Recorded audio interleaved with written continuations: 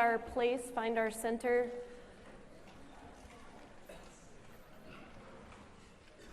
So taking a few deep breaths with your feet on the floor. Grounding yourself in the best way that you know. Feeling your aliveness this morning. Aliveness, whatever that means for you.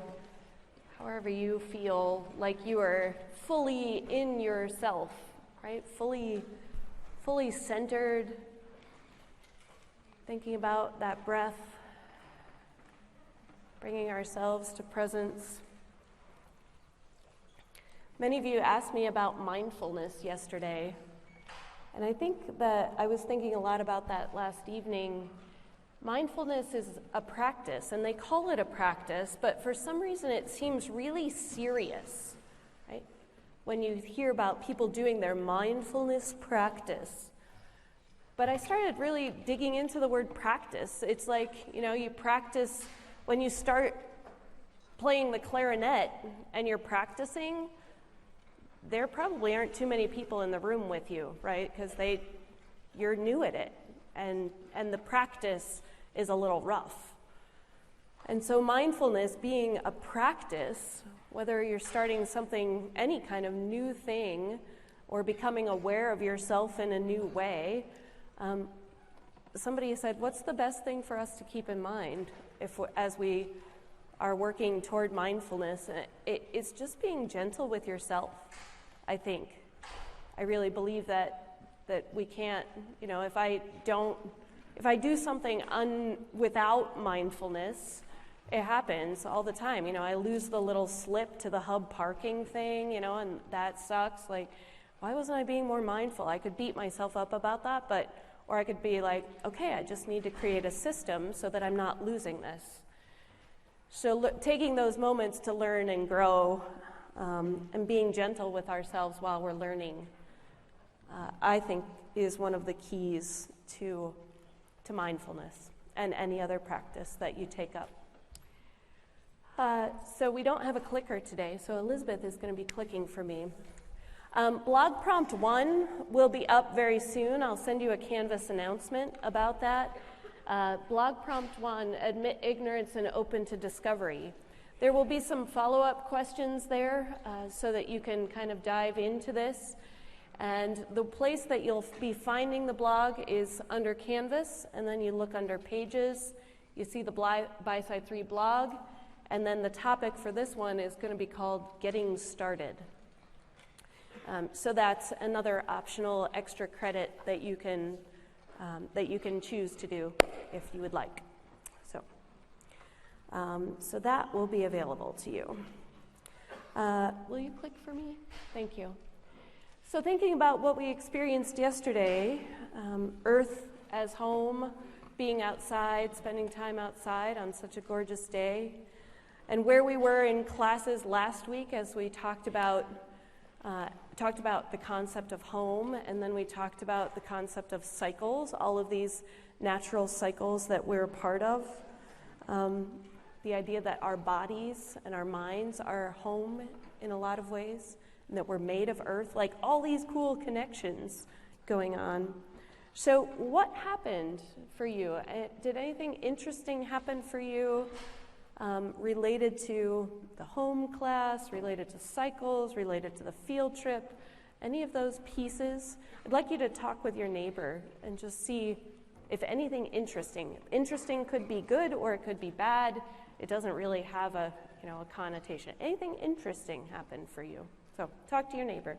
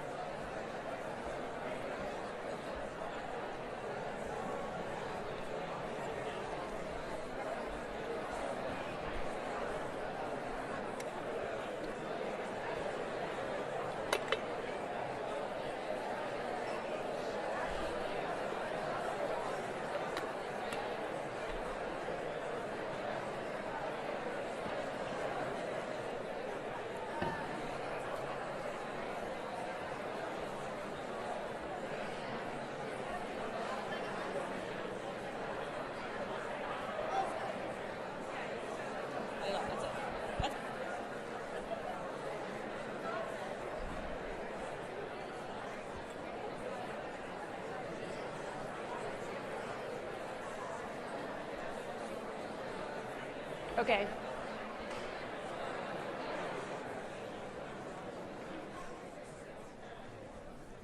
Does anybody want to share any interesting thought patterns or conversations or things that happened? Anything interesting? If you heard something cool Jen? from your neighbor, yeah. Okay, great. Thank you. Hi. So after the field trip, I used to really be in this really good habit of just going for walks to kind of be by myself and just kind of think through things, take some time away from my phone and everything else going on around me. But I've kind of gotten away from it. So taking the hike in the woods yesterday, kind of getting away from everything again, really brought me back, and I ended up going for a walk this morning. And it really just kind of got my day going. It relieved a lot of anxiety that I've kind of been going through, and it was awesome. Awesome. Love it. Walking. Thank you. Anything else?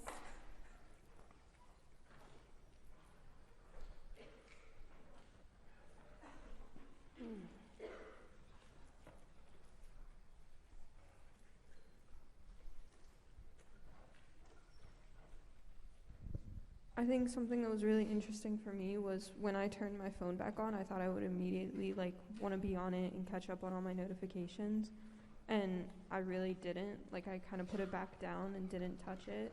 And even this morning when I was waking up, usually the first thing I do is go through my emails and check everything. And I just didn't this morning, and that was very relaxing, and it was nice to just have a minute without it. Yeah, sweet. Thank you for sharing. Yeah.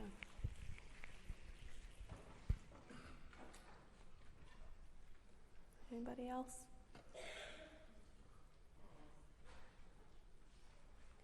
All right. Very good. Thank you for your sharing, and thank you for your thinking. All of this is for your consideration. So we're thinking about our thinking in a lot of different ways. This is metacognition. So what I offer you in this class is for your consideration. I don't want to ever come across as telling you what to believe or why to believe something. I want you to consider it and then move forward as your own person. And that's what metacognition is. So when you're journaling, you're thinking about your thinking. When you're sitting in here, you've got a constant stream, we all do, a stream of thoughts flowing. And so why is that going on? What is curious about it? And so I encourage you to continue to be curious about yourself and continue this metacognition. Today's class comes with a trigger warning. We are going to be talking about birth and death in pretty graphic ways. And I encourage any of you who need to take care of yourself, if at any point you need to leave, I invite you to do that. I really want you to take care of yourself. So that is how we'll start this class.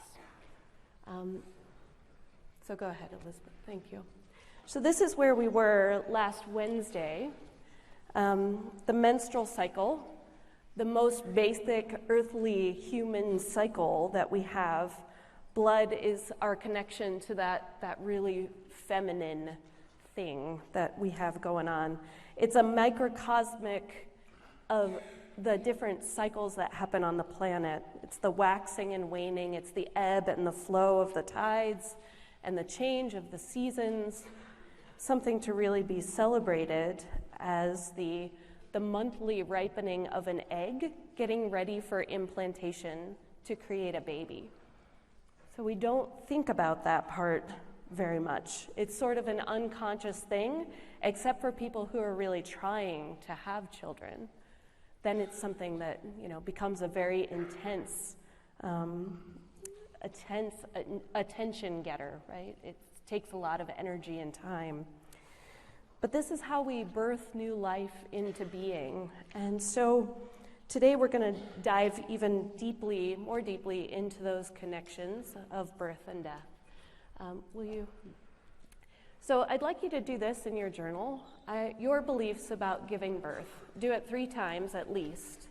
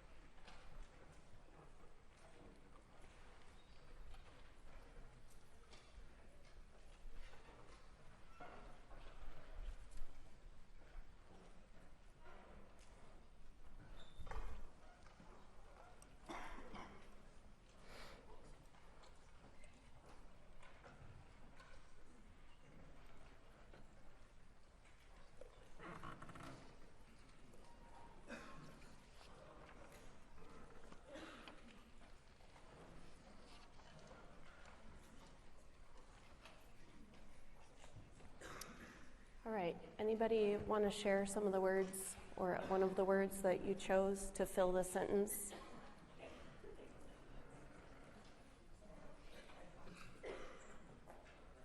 Okay. Why don't you just say? Empowering. Giving birth is empowering. What else? Painful. What else? A miracle. A privilege. Any other words? Up top. Okay. Risky. Yeah. Yeah. So we have, it almost seems like a dichotomy, there's a lot built into all of those words. It's a miracle, it's beautiful, it's risky, it's painful. So we're going to talk about birth a little bit today, and some details. And so thinking about that, there are probably at least about half of you in this room that are men, knowing that this isn't going to directly affect you and your womb, but it will potentially directly affect somebody that you care about very much.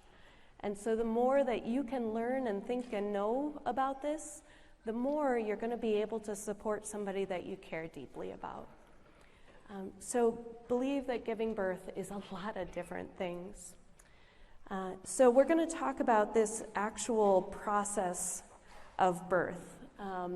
So inside the uterus, when there's a baby in there, all the other organs get squished into other places. So it changes how digestion works, it changes how breathing works, because that uterus can take up so much space inside a woman's belly. So as we think about that process and how that baby is growing, our bodies are continually changing as women in this process, hormonally as well as physically. All of these things are connected. So my first baby, when I was first expecting, I was a biology major. I know about this stuff, right? It makes a lot of sense. And I was ecstatic. I was so happy that I was going to have a baby.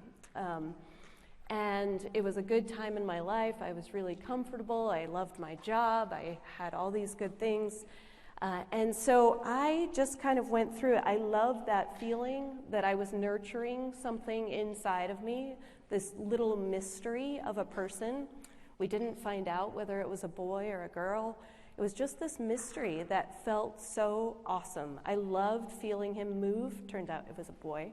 So I loved feeling him move inside of me. It all felt incredibly miraculous to me. It really was very miracle-filled.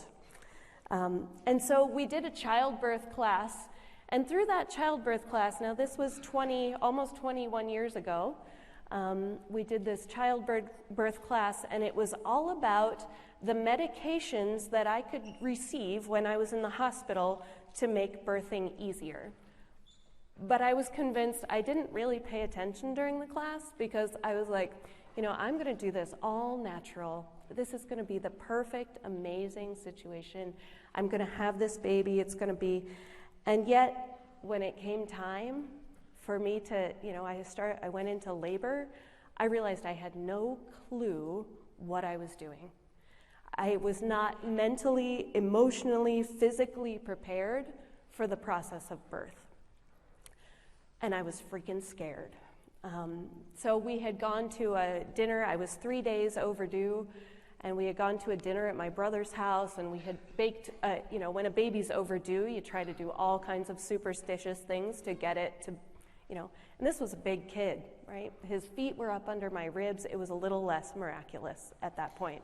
I was in a lot of pain all the time.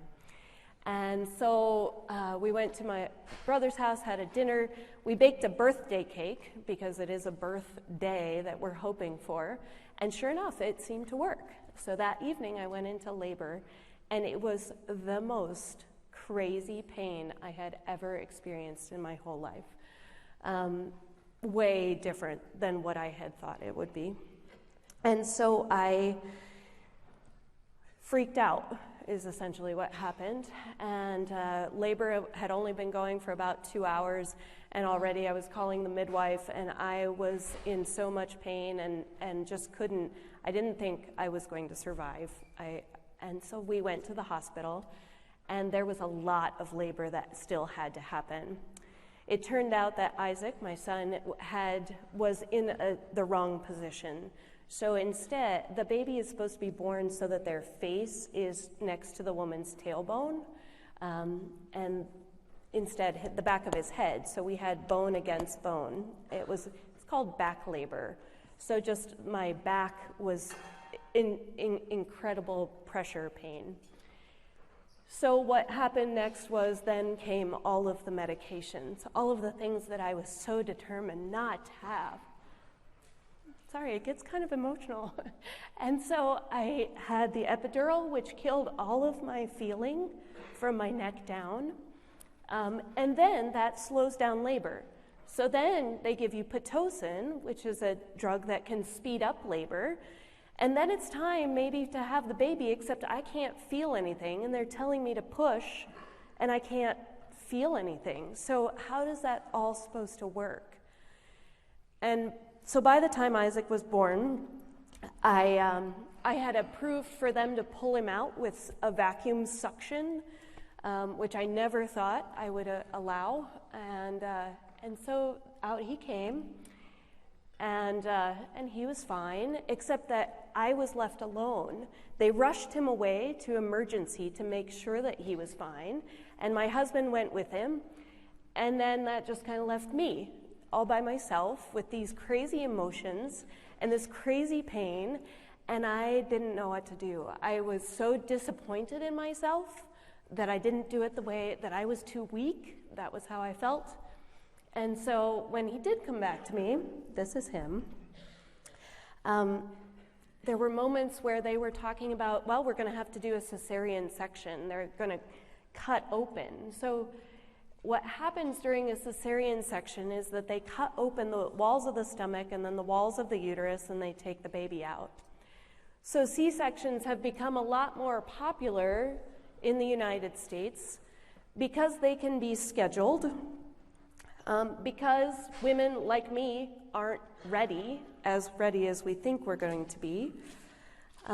It could be that these make more money for doctors having to do the surgery, so cesarean sections have just become much more popular, you know. So there are definitely times when this is necessary. For me, it was almost necessary because simply I wasn't ready for what was coming. I believe that there are ways that we can decrease the rate of cesarean sections by sharing stories, by sharing these connections, by listening to stories from other women, by looking at resources that we have. And so 10 years later, I was pregnant again. This is my son Henry in the womb. And I was totally freaked out. I was emotionally a disaster because of what happened the first time. And I knew that I needed to change my story. I knew that I needed to do it differently because I didn't want to have that huge disappointment that in myself that I was carrying. I didn't want to have Henry have any kind of harm happen to him or to myself. And I just knew that there could be a different way. 300,000 women give birth every day. 300,000 women from all over the planet, in different socioeconomic places, different religions, think about how it happens in Africa, in different countries, in rural places versus cities, in hospitals versus places at home or with a doula. So I knew that there must be a better way. So I practiced, and I used this book called Birthing from Within. And it really helped me to think more broadly about the possibilities of how birth could be different. I knew that it couldn't have to be like I experienced it. So with birthing from within, I spent a lot of time gaining knowledge. That whole biology major thing, that didn't help at all the first time. So what was going to help is studying more and reading more and doing sort of a full body practice to get myself ready. So being in better shape physically, being in better shape emotionally and socially, having different connections. So I talked to women about their experiences. I started asking more questions. It also falls into that category sometimes of things that we just don't talk about. It's very taboo to ask, how did your birth go? So what happens if we blow that stereotype or that taboo out of the water and start asking questions? So I studied books and thought about the anatomy of birth. And so knowledge can dissolve fear. So as I thought about the uterus, the womb inside, and then how the baby gets out. So the cervix has to dilate. They say it dilates to 10 centimeters, which I still don't understand quite how. That's like 5 inches, right? So how the baby's head comes out through there is still kind of crazy and a miracle to me. But the cervix is a sphincter. So other sphincters in your body are like when you're peeing, right? You let loose the sphincter and the pee can come out. Pooping is the same way. Those are both sphincters. So it's a thing that we think about, and then it's a thing that we can open and close as we want to, as we need to. So if the cervix is also a sphincter, that means that I have power to think about it. That means I have power to make it work the way that I want it to. Circular muscle group. So relaxation is the key. So when I freaked out during Isaac's birth, everything inside of me got really tight, and that was not helping anything in that situation. So for Henry's birth, I practiced hypnobirthing, which sounds really hippie, and it worked for me. So the idea of mentally being able to relax. I listened to a recording of different kinds of affirmations. It sounds really cheesy, I know, but I learned to relax my body. I did art projects about opening myself to possibility, lots of like blooming flowers, thinking about things that are open. And then I started to also, actually, will you click one more time? So when the baby's in there, it has to come out through that little space, that cervix there. And then what I started doing was changing my language too, because we've already seen how like a part of versus apart from, how those little words make a difference. So in this case, I switched from contractions to uterine surges. The uterus surges and pushes because it helps to push the baby out. So contractions, it has more of a negative connotation. When I feel contracted, I don't feel very available to what's going to happen. So when there are surges, it means that the body and the baby are helping the process to happen. So, other words, rather than holding my breath, breathing the baby down. So breathing the baby out, relaxing, keeping that breath flowing is key. What else, Elizabeth? Rather than water breaking, that seems almost kind of like a violent start, it's your baby signaling readiness for birth. So there's a key sign. And rather than the most painful thing you'll ever experience, it's the hardest thing you will ever get to do, for sure. So thinking about them in different ways, changing the story, changing beliefs, changing the experience. If you believe it's going to be painful, then of course it's going to be painful. That's just the way things work. If you are a bit more optimistic about things, generally they turn out for the better. So this is Henry. And at Henry's birth, it was also in the hospital. also with midwives, just like Isaac, and Henry was also backwards, like Isaac. There's something about the way my body is built that encourages babies to be, the wrong way. So I was still having the back pain, and yet, because I was able to relax my body, he was able to turn himself into the right position before he came out. And I didn't take any medications. And when he came out, I laughed. I was laughing pretty hysterically, and my husband thought that I had gone insane. But I was so ecstatic. Because I was able to feel what was going on inside, I could actually feel, it's something that I had read about and didn't really believe, I don't think, but the uterus, as it surges like that, there's a reflex. Have you ever pushed on the bottoms of babies' feet and they naturally push back? That's because that's a natural reflex that when the uterus surges and pushes on the baby's feet, the baby also pushes, he pushed himself out. It was a crazy cool thing, and I could feel him doing that inside, right here in my gut. It's like I can still feel it when I talk about it. So Henry was able to nurse right away because he wasn't affected by the drugs that like Isaac had gotten all of those other drugs flowing in his system too. And so he wouldn't eat right away. He wouldn't nurse right away. Henry was wide awake. It doesn't look like it in this picture. And alert, and he nursed immediately. They handed him to me. I got to hold him. It was a whole change of story. So those words, again, you don't know how to give birth. You can flip it to you can know how to give birth. You will be a patient. That means that somebody else is doing all the care, or you can be a participant in your care.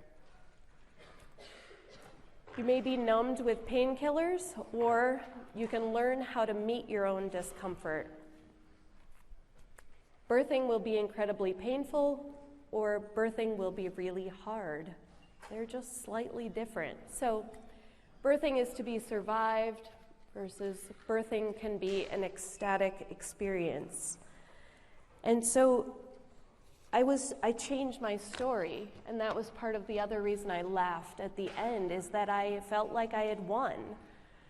I didn't go into it without any knowledge like I did the first time. And I did it, right?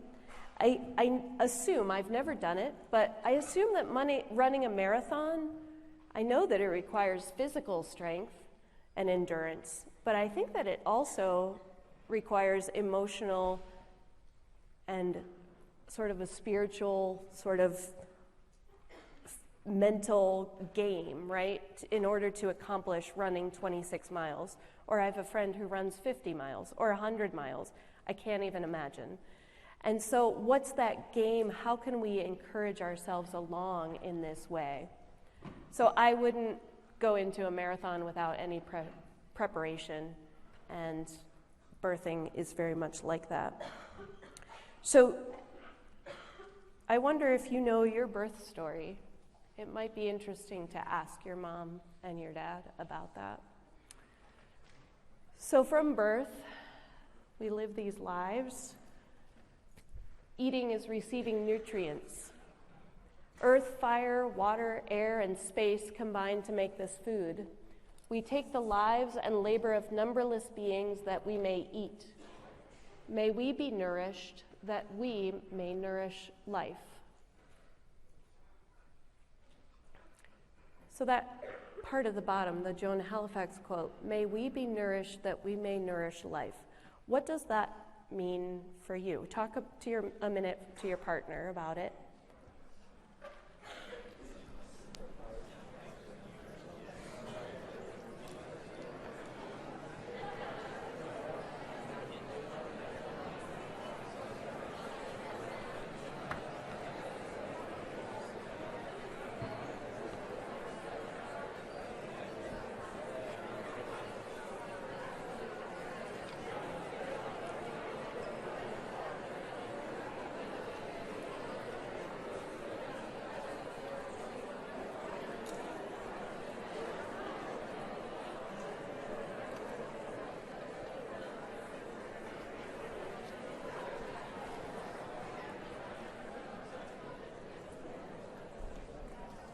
What does that mean for you?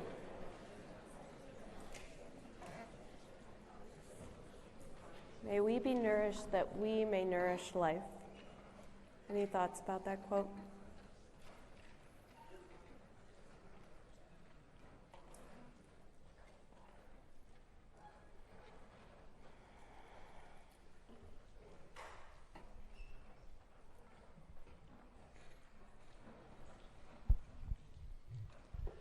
It's like we're all connected.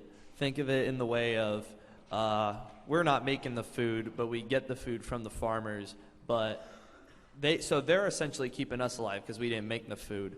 But we keep them alive by paying them back, giving them resources to sustain their own selves. So you could look at that kind of relationship and apply it to everybody, I think. I think everything, all our relationships, all our dependencies are connected. Ooh, I like that statement. Yeah, interesting. Thank you. Any other thoughts about that quote?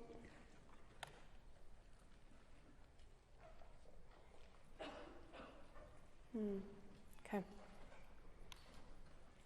Cool. So where we're headed now is the other side. The idea that we are this.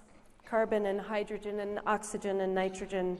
Soil is all those nutrients. And so we're directly part of that cycle like we talked about last Wednesday. The peeing and the pooping in the blood. And so now we're going to talk about it even more. I guess I'll say that. So a part of or apart from. This is a photo of a body wrapped in a shroud and ready to be placed in the ground.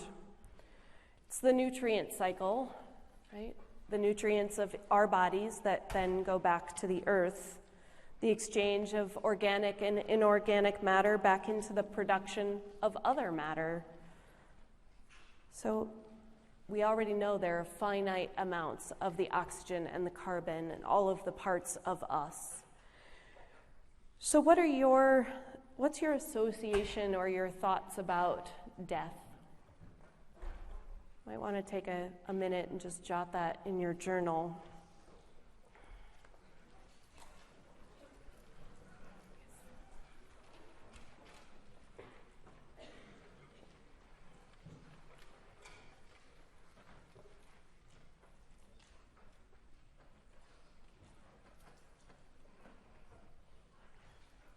In my experience of living and talking with people, there can sometimes be a fear of death, a hesitation, and then also a disconnect of how we are part of the cycle. So this is what happens when most people die these days. Actually, about 50% of people are cremated. We'll get to that. And so this happens to about half of the people. The corpse preservation method, you completely drain the body of blood, and then you extract all the organs from inside. You inject embalming solution through the carotid artery, and then also into the abdominal cavity, and then again into the femoral artery. That takes care of the legs. And then you dry the body, so it has to sit out. You apply cosmetics to the face to hide discoloration and chemicals and prevent decomposition. So that's a lot of details, a lot of steps to preserve. All of this is done by the embalmer at the funeral home. Formaldehyde, glutaraldehyde, methanol, which is on EPA's top 10 list of environmentally hazardous chemicals. It's a carcinogen in humans and in other animals. Mortuary workers have a higher incidence of nasal cancer, leukemia, heart disease, as well as diseases of the respiratory, and also they have a higher rate of suicide. The chemicals that we're putting in these bodies to preserve them poison land and water. So why do we go through all of this? Why do we go through this? It's to keep the body from decomposing. It's our view of being afraid of what will happen to that body that we care about, that we love. Afraid of how we will react if we see that person being less than the person that we've known our whole lives. We do it because we don't understand this separation between how our nutrients could go back to the earth and how they won't in this sort of situation. We put toxins into our loved ones so that they look good, so that they look alive. And then what happens after that is then the cemetery process, the American cemetery, which looks pretty natural on the surface, all that grass, all well manicured. So following the viewing, which is why we go through that whole other process, the body is sealed inside a metal casket or a lacquered wood coffin, which is then lowered into concrete and then buried. This reinforced concrete tomb is covered with a ton of dirt and planted with a monoculture of grass, which is kept artificially green with pest and weed killer. And so above ground, a local cemetery might look very natural, very pastoral. However, below the surface, it's kind of a landfill of hazardous wastes and non-biodegradable stuff. So I grew up, sounds kind of weird to say, but I grew up in a cemetery. My grandpa was the caretaker of a cemetery. My grandpa was also my best friend. And I had no idea about all of this. There was still a disconnect. I mean, I traveled around with him and he engraved the dates on the granite markers, and we played in cemeteries for my whole childhood. It's where I learned to drive. It's where we flew kites. It's where we walk the dogs, is cemeteries. Sounds very bizarre, I know. And yet, it's open space. It's a space for us to be. But I had no idea that all of this was going on. The cemetery where I eventually was the caretaker and I did the mowing, there are 4 generations of Andersons buried in that cemetery. And I think about what would have happened in that time of the 1800s, to those 1800s Andersons, and how they were buried. What was the process then? Certainly wasn't all these chemicals. So how did it evolve to where we are today and what we do today? It's also true, like I said, that the cremation is a popular option. The body is placed in a combustible yet strong enough to hold the weight container, and then it goes into a specially designed furnace referred to as a cremation chamber, and it goes up to about 1800 degrees Fahrenheit, leaving behind only ashes. And then those remnants, those ashes, are inspected for any kind of metal remnants that are left behind, and that could be, if people have pins or screws or joints or fillings, those kinds of things. And then those pieces are sent off for recycling, and the cremated remains are then ground up and placed into a container like this. There are 2 important environmental considerations for this option. The amount of energy that it uses to burn the body to ash like that computes to about 28 gallons of gasoline per body. That would get me all the way to Miami in my Honda Fit, 28 gallons of gasoline. So the gasoline or the energy used, we're going to talk about those kind of connections as we go through later in the class. So this is Winston. This is my fun-loving Labradoodle. There was a day that I came home from work, and I found that he had laid outside the dog door, and he was shivering. It was cold, but he wasn't able to get into the dog door. So I quickly, he's a big dog, I scooped him up very awkwardly, and I took him inside, and I made a bed for him. I built a fire in the fireplace, and I called the vet right away, but it was obvious that there was not going to be anything that we were going to be able to do to save Winston. So that evening, as the evening progressed, Winston was laying there by the fire, and my children, all three of the boys, were home, and they were just surrounding him with love. I was making dinner and just being with them and supporting them and answering their questions. And eventually, Winston just died. It was the most peaceful, most natural, most serene thing that I think I've ever experienced. And then my son, the one I just told you about the story, Isaac, just went and just held him. And it just felt like it was perfect. We then wrapped him in his favorite blanket. It was all cotton, so it was going to degrade with Winston, and we buried him in the yard. And so the difference between what happens sometimes for, there are people that get their animals cremated or preserved. This just felt, I didn't plan it this way. Like, it just felt like the way life and death should flow together. So I know that Winston is just a dog, and yet I bet many of you can relate to the death of a pet and how challenging that can be. But what if we transfer this story to us?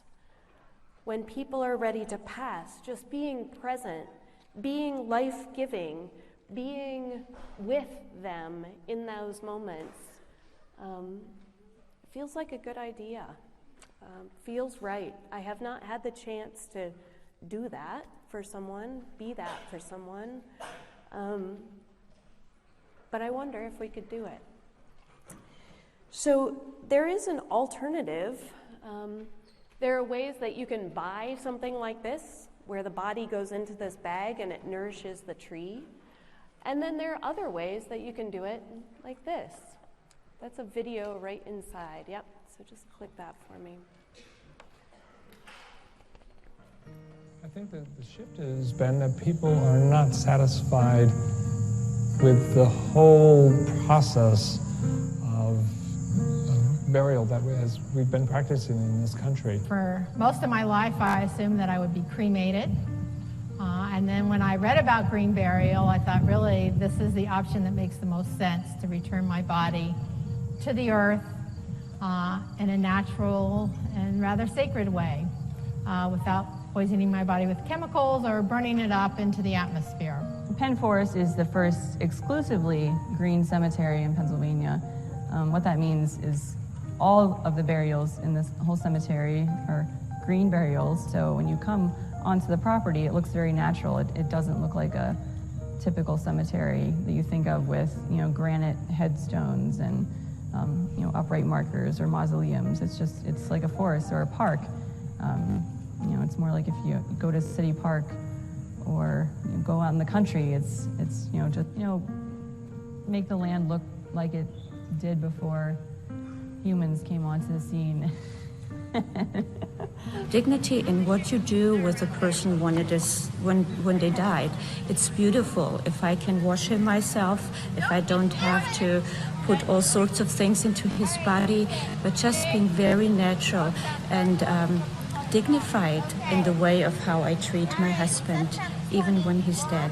The second would be simplicity. I do not want to be caught up in all this materialistic thinking about funeral, but want to be focused on what is really important and simple, and that would be to bury people like they did it 100 years ago. My example to people who ask this, is it legal? And I say, yes, it's legal. Think about what's happened in the state of Pennsylvania with all the rural farmhouses over the years. A family member dies. What happens? Simple coffin, back on the property, underneath some trees someplace.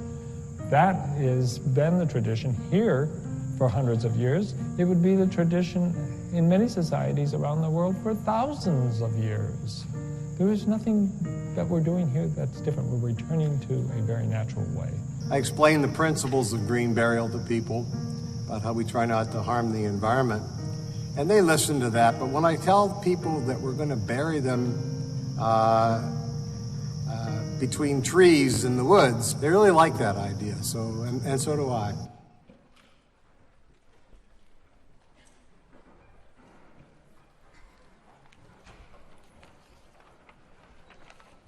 So will you just click to the very last? Keep going. One more. There you go. So here's your pack back reflection question. What is your notion or perception of natural? I hope that you have a beautiful day, and I'll see you on Wednesday.